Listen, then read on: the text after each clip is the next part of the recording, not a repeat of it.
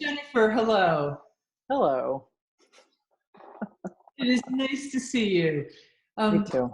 I would describe you as a journalist, an artist, a media innovator, and certainly the creator and producer of the brilliant Whitman, Alabama.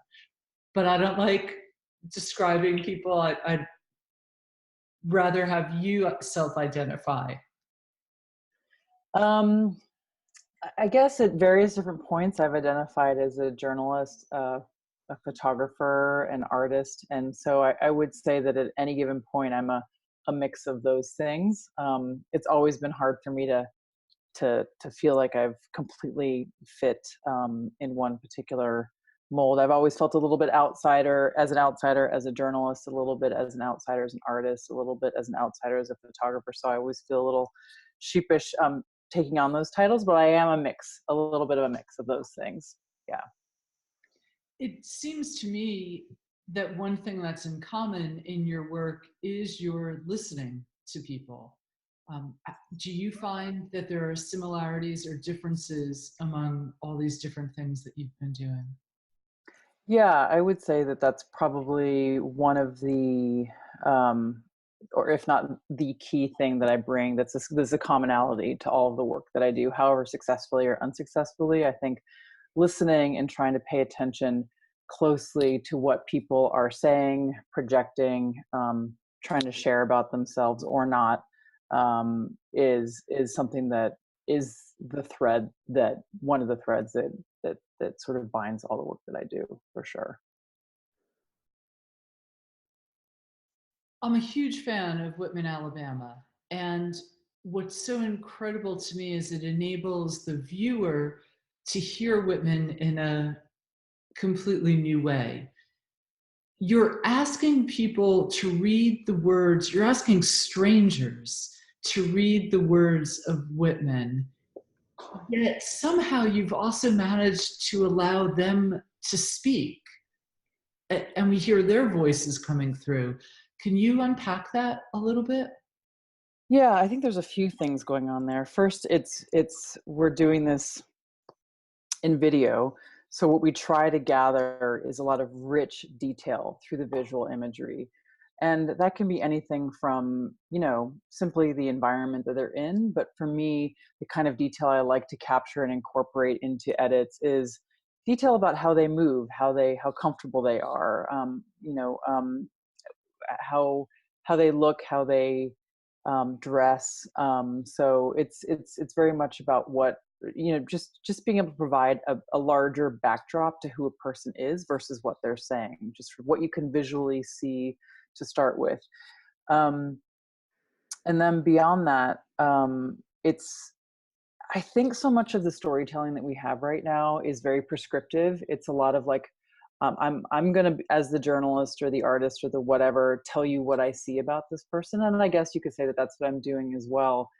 But certainly in journalism, it's like, well, this person is. We just describe them often. We say they're a blue state citizen who votes this way, and they're of this socioeconomic status. They have this racial or ethnic background, and this is what they have to say about guns or whatever. And for me, I think that it's more about what can we, how can I um, help say something about a person, or help them say something about themselves that's not so prescriptive. It's something that you can sort of, when you meet someone, you can pick up something about them if you're paying attention. And it has nothing to do with sort of their standard stats. It has to do with um, maybe that they seem a little bit nervous, or that they seem really outgoing, or that they seem shy. And you can relate to that person because you're relating not because they voted for the same person as you did, and maybe they did and maybe they didn't, but because you can sort of see them yourself as them. Or maybe you can see them as your cousin or your neighbor, and there's something familiar, and you're not immediately, through what I'm telling you as a journalist, that they are this type of person. I'm not telling you right off the bat how to think about this person. I'm sort of creating a platform where hopefully something about them can come across to the viewer that isn't as prescriptive. So I think that having them read poetry, it sort of is it's a device that sort of is an end around to sort of being um, too descriptive about the person or prescriptive, but yet you get so much information about the person at the same time. Is that clear? I don't know if that was too clear. Yeah. Okay. Yeah. You talked about paying attention to the person, which is a form of listening. How do you stay focused, especially when you're in the field producing and you have so much going on? How do you focus in and pay attention? It's a lot of work, actually. I think listening and paying attention is a lot of work. It's very, it can energize you because you're learning and taking in so much about a person, but it can completely deplete you because you really are trying to give your so much attention to one or multiple things. How do you do it? I don't know. I mean, I think that there are times that I absolutely fail doing it. I mean, there was a shoot when um, um, where I was paying attention to trying to. It was on a football field, and the team was winning. But by the time the reader came to read for me, I was paying attention to something else and hadn't realized they had blown a massive lead. And so I was very excited that the reader came up to sort of get ready to read, and he was like, "We just lost. I don't feel like doing this anymore." And I just was completely out of sync in that moment, but it's because I was hyper focused on trying to get a specific shot. So this is a roundabout way of saying that when you're in the field and you're trying to capture a lot of detail, first and foremost, it's about the person. I mean, it's about the person and making sure that we're creating a situation where I make that person feel like that they're going to be listened to and understood. I just happened to blow it that day because they were playing football, and I felt like I could break focus for a while on the person to be focusing on some of the game. And so I lost it there. So it's never going to be perfect. But there are a lot of scenarios where you just have to sort of be thinking, you know, I'm my first and foremost is this person, but yes, I have to be worrying about the photography, and I have to be worrying about the other people shooting, and I have to be worrying about like what I'm getting on camera. So is it going to work in the edit?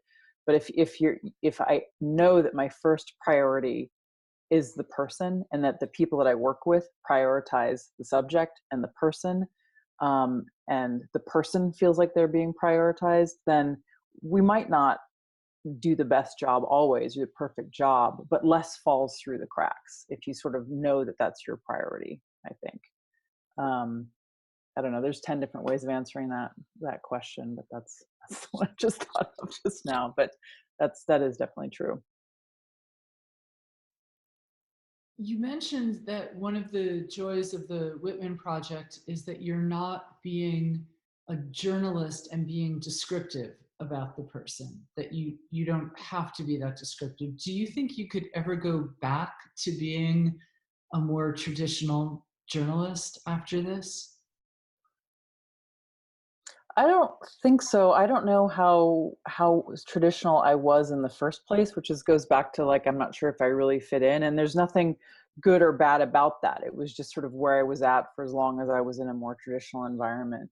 I think that having done this Whitman project and having, for lack of a better word, gotten away with it, like been able to like get it out there and it's working and people are responding to it, it's positive feedback for me, and so it inspires me to push the envelope a little bit more in terms of um the type of, I don't want to call it narrative, the type of, I don't know if it's storytelling, but just the type of content, that the ways in which we're sort of trying to showcase other people's lives or stories or personas or whatnot. So I definitely am, it's encouraging me to keep trying to find different ways of doing that. But ultimately, I'm really drawn to being heavily based in nonfiction. So despite this being, you know, somewhat, I don't know if you want to call it performative, but it's real people reading poetry. They wouldn't be doing it otherwise. We have multiple takes, so it's somewhat performative in that sense. But it's still, we still show them trying to meet that ask, trying to say yes to a stranger to read poetry. So it's still very nonfiction based. So I would say that I'm looking for interesting ways where people feel like I'm giving them something real, um, but trying to find different ways to do that because I think audiences want to be they want to be intrigued and they want to be they want people want to know other people. I don't know, despite the way the world is going right now, and I think feel like we feel really um far from people at times. It's amazing how often people really do get sucked into wanting to learn about other people, and you just have to find the right way of doing that. And I find, again, this prescriptive way of always telling people what to think. I'm going to tell you who these people are. I think people are bored of that. I think it's good to have at times, but I think people are bored of that too. So, and being bored of being the subjects and being handled that way too. If bored's the right word, or just sort of maybe they don't, you know, I don't know. It's not the most complex way to get at who people are, and I think people get funneled into very specific stories of who they are, and then groups of people tend to get funneled into very specific um, stories of who those groups of people are, and it just goes from there, and it gets less dynamic. Who we are becomes less dynamic. So yeah, I've gone off. You just let me know when I'm going off. I don't know all the time. When I met you, I was blown away by Whitman. I was also completely taken in by you, and there's a you exude a level of comfort and trust and non-presumption that I think anyone who watches Whitman will know you have to have that, because you're walking up to absolute strangers and getting them to do the most extraordinary things. Um, and yet I also know you're a fairly private person, yet you've had the spotlight on you, being nominated for an Emmy, exhibits at the New York Public Library, at the Philadelphia Museum of Art this year. What is that like? How are you balancing and reflecting on who you are and who you want to be when you're being asked to be in a performative space? It's a really good experience for me. I mean, I think that I do, it turns out that I do the work that I do. I'm coming to realize because I think I've wanted someone to understand me, and I haven't felt understood. And I've also, over the course of 40 some years, become someone who's not very good at articulating publicly about myself, or comfortable doing that, and also I don't often feel understood deeply by many people. um and so I think, I would guess, if you talked if I had a therapist long enough, they could probably tell you, you know, there you go, that maybe that's the reason I do the work that I do, is because I'm seeking certain answers, or I'm sort of, what is it, sublimating my desires. I don't know, is that the right word? I'm putting what I want onto other people. I think so. I think, but over the course of all these years of like telling other people's, or giving space for other people, creating spaces for other people, I've gotten relatively good at that. And so I think that to some extent, if someone asked me to read poetry, I could pretty much guarantee I'd say no. You want me to read on camera, poetry on camera? I'd probably say no. Or it's not a comfort zone for me at all. So I think that some of these forums where I've had to be more public and talk has been a really good opportunity for me to see what I'm doing to people. I'm putting them on the spot. I'm asking them to be incredibly generous of themselves. I'm asking them to be vulnerable.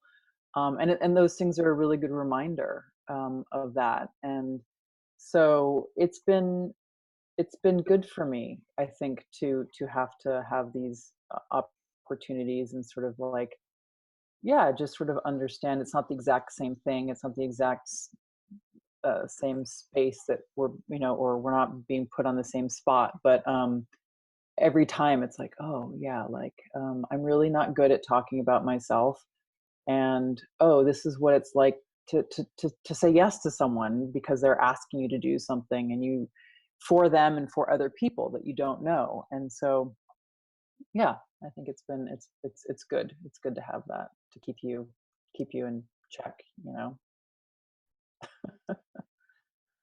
Thank you for saying yes to me. It's always. Oh yeah. Is there anything else that you want to add to reflections about speaking and listening? Um, I don't know if this is particularly new or, but I think that with listening, I've come to realize it's listening with every part of you, you know, and listening to every part of them. So it's not literally the words that are coming out of their mouth, but it's watching them, watching people, listening with your ears, listening with your eyes, looking with your eyes, feeling with your body. You can pick up so much, you know, like I can say to you, you can say, "How are you doing, Jen?" I can say, "Great." But the way I say that, you can tell it's probably not great. You know, I'm not doing great. You're like, why is there a funny uplift at the end of your voice? And so I think listening has a lot to do with paying attention as much as you can, or trying to, with, you know, using as many of your senses to understand what's going on with the person. It's never literally just the words that are coming out of their mouth. It's about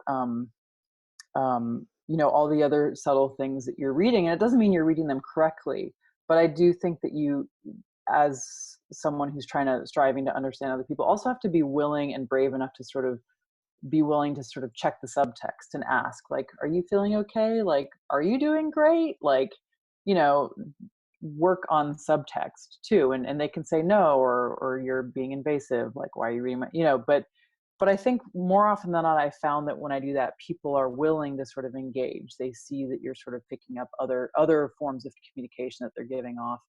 So yeah, I would say that listening is almost a whole body experience for everyone involved. And you know, it doesn't mean that you're going to be right, but it's just about trying to do what you can to take more in of the person, and then where it's appropriate, and make sure you're pushing yourself to sort of like have the conversation on those levels too. And, you know, is this what's going on? Is this what you're feeling?